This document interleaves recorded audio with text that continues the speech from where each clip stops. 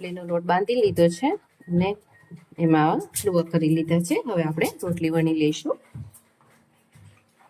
તો કોરો લોટ લઈ અને આપણે રોટલી વણી લઈશું.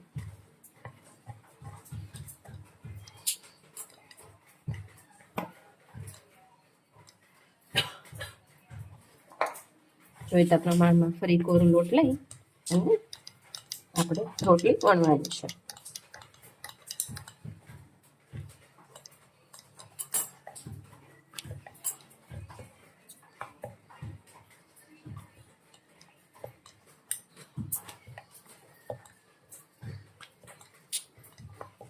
આપણી રોટલી વણાઈ ગઈ. હવે એને આપણે શેકી લઈશું. ઇઝી અને બહુ જ ટેસ્ટી બને છે અને બાળકોનું તો ફેવરેટ હોય છે. તો તમે પણ એકવાર જરૂરથી બનાવજો. આમાં બહુ ખાસ પછી પ્રોસેસ હોતી નથી. આપણે રોટલીનો લોટ વણીએ છીએ એ જ પ્રોસેસ છે સેમ. મેંદાના લોટથી પણ થાય છે, પણ ઘઉંનું વર્ઝન થોડુંક હેલ્ધી હોય છે એટલે આપણે હેલ્ધી સ્ટાઇલમાં બનાવીએ છીએ ટાકોસ. એટલે મેં અહીં ઘઉંનો લોટ યુઝ કર્યો છે. તમે મેંદાનો લોટ પણ યુઝ કરી શકો છો. રોટલી શેકાઈ ગઈ છે. બરોબર બંને બાજુ આપણે શેકી લઈએ સારી રીતે.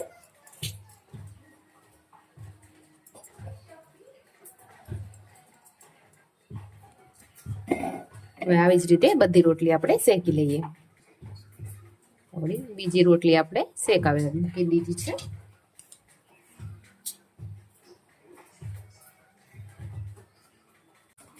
આપણી રોટલી પણ શેકાઈ ગઈ છે. આવી રીતે આપણે બધી રોટલી વણી લઈને શેકી લઈએ.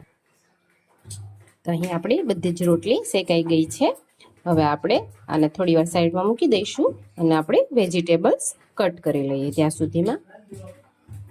તો અહીં વેજીટેબલમાં મેં કોબી લીધી છે, પેપ્સિકમ મરચાં લીધું છે, ટમેટા લીધા છે, ડુંગળી લીધી છે અને ગાજર લીધા છે. તો હવે આપણે એને સમારી લઈએ. તો ફ્રેન્ડ્સ આપણા અહીં બધા જ વેજીટેબલ કટ થઈ ગયા છે, તમે જોઈ શકો છો. હવે એને આપણે સાતળવા મૂકીશું. તેની માટે મેં અહીં પેન લીધું છે, એમાં તેલ લીધું છે. ગરમ કરવા આપણે તેલે મૂકીશું. હવે તો આપણું તેલ ગરમ થઈ ગયું છે. હવે એમાં આપણે કાપેલી ડુંગળી નાખીશું અંદર.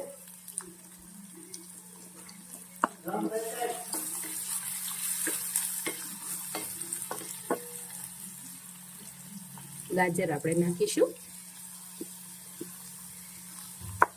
તમે આમાં કોર્ન એટલે કે મકાઈ પણ યુઝ કરી શકો છો. મારા પાસે મકાઈ અવેલેબલ નહોતી એટલે મેં આમાં એડ નથી કરી, પણ મકાઈથી સરસ ટેસ્ટ આવશે. જો તમારી પાસે અવેલેબલ હોય તો તમે ચોક્કસથી મકાઈનો યુઝ કરજો આ ટાકોસમાં. આ બહુ જ જલ્દી બની જાય છે અને જો તમે તમારા બાળકોને લંચ બોક્સમાં પણ આ તૈયાર કરી નાખશો તો એમને મજા પડી જશે. હવે આને આપણે 2 મિનિટ સાતળીશું. આપણે અત્યારે ટમેટા એડ નથી કરતા, ટમેટા થોડી વાર રહીને એડ કરશું, કારણ કે ટમેટાને ચડતા વાર નથી લાગતી. હવે એમાં આપણે થોડું મીઠું એડ કરીશું.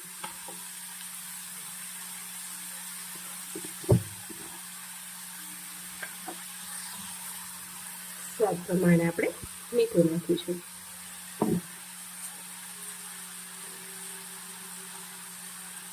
એકવાર સારી રીતે આપણે હલાવી લઈએ, મિક્સ કરી દઈએ બધા વેજીટેબલ્સને.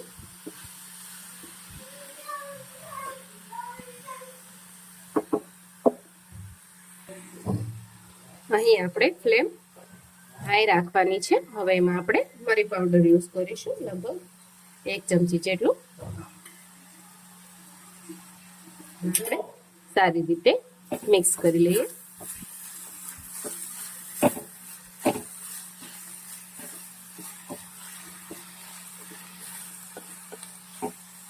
તમે જોઈ શકો છો આપણી વેજીટેબલ્સ સાથે થઈ ગઈ છે.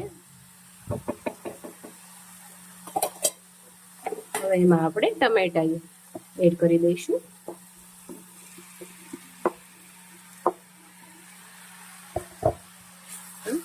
ટમેટાને આપણે મિક્સ કરી દઈએ વેજીટેબલ્સમાં.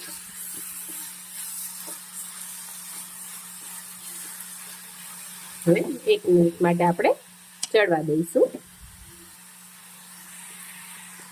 તો આપણી વેજીટેબલ સરસ રીતે ચડી ગઈ છે. હવે આપણે ગેસ બંધ કરી દઈશું. હવે આપણે ટાકોસમાં એડ કરવાનો સોસ તૈયાર કરી લઈએ. તો હવે આમાં મેં શેઝવાન સોસ લીધું છે 2 ચમચી છે, 2 મોટી ચમચી. હવે એમાં આપણે માયો એડ કરીશું 1 ચમચી.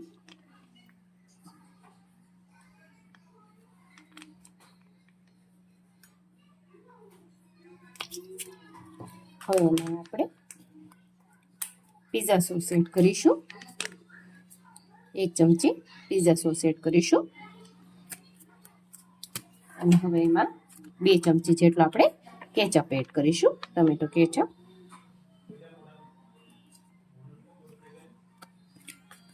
હવે આપણે સારી રીતે બધું સોસ મિક્સ કરી દઈએ.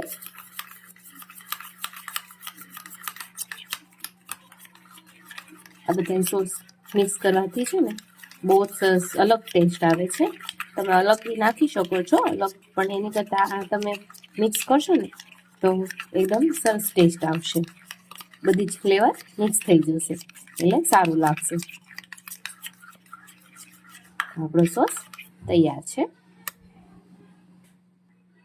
હવે આપણે વેજીટેબલ્સ હતા એ આપણે બાઉલમાં કાઢી લઈશું.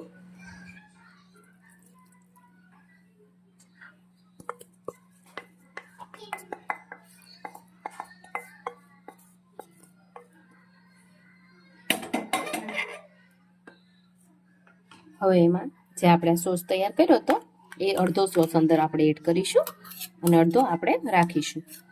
હવે અડધો સોસને આપણે એક સાઈડ મૂકી દઈએ. આ સોસને બધું મિક્સ કરી દઈએ. કેચઅપને જે આપણે સોસ બનાવ્યો હતો રેડી કર્યો હતો એને વેજીટેબલ્સ સાથે.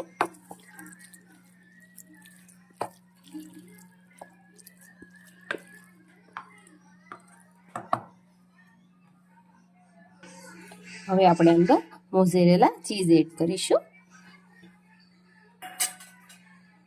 આપણે એટલે ફરી સરખી રીતે મિક્સ કરી દઈએ.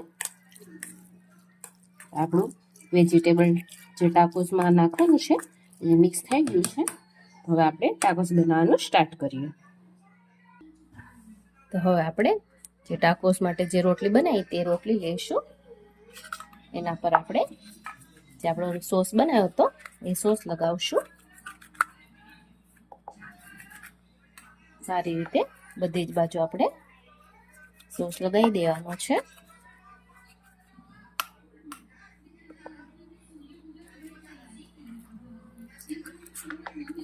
આપણે સોસ લગાવી ગયો છે સારી રીતે બધી જ. હવે એમાં આપણે એક બાજુ વેજીટેબલ્સ છે એ આપણે એડ કરીશું.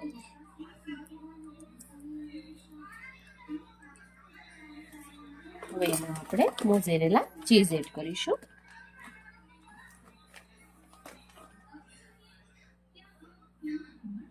વેજીટેબલ એક બાજુ જ તે લગાવવાનું છે. હવે એને આવી રીતે આપણે રોટલીને વાળી દઈશું. તેને આપણે એક ડીશમાં મૂકી દઈએ. આવી રીતે હજી બીજી રોટલીનું પણ આપણે તૈયાર કરી લઈએ. તો અહીં આપણા બધા ટાકોસ તૈયાર છે. હવે એને આપણે નોનસ્ટિક પેન પર શેકી લઈશું. તો અહીં મેં નોનસ્ટિક પેન ગરમ કરવા મૂકી છે. હવે આપણે તેલ તવી પર આપણે તેલ ગ્રીસ કરી લઈશું સારી રીતે.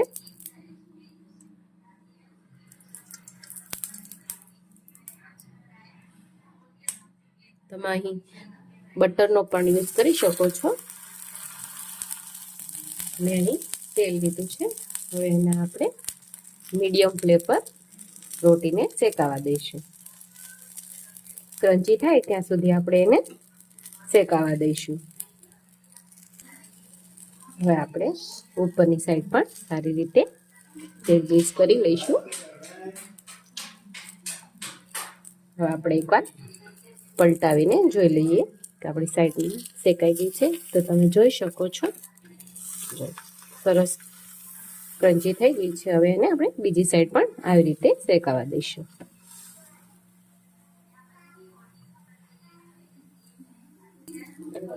આપણે બીજી બાજુ પલટાવીને એકવાર જોઈ લઈએ તો તમે જોઈ શકો તો છો ક્રન્ચી થઈ ગઈ છે. હવે આપણે એને ઉતારી લઈશું. રીતે આપણે બીજા ટાકોસ તૈયાર કરી લઈએ.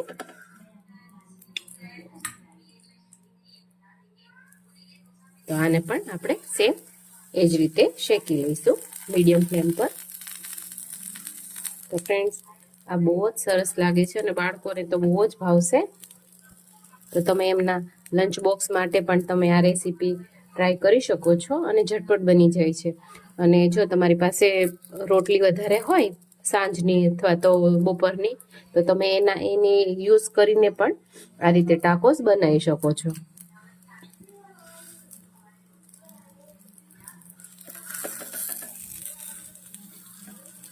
આપણે બીજી સાઈડ શેકાવા દઈએ. તો આપણો બીજો ટાકોસ પણ તૈયાર છે. આવી રીતે આપણે બધી જ ટાકોસ તૈયાર કરી લઈએ. તો ફ્રેન્ડ્સ, આપણા ટાકોસ બનીને તૈયાર છે. તો ચાલો ખાવા.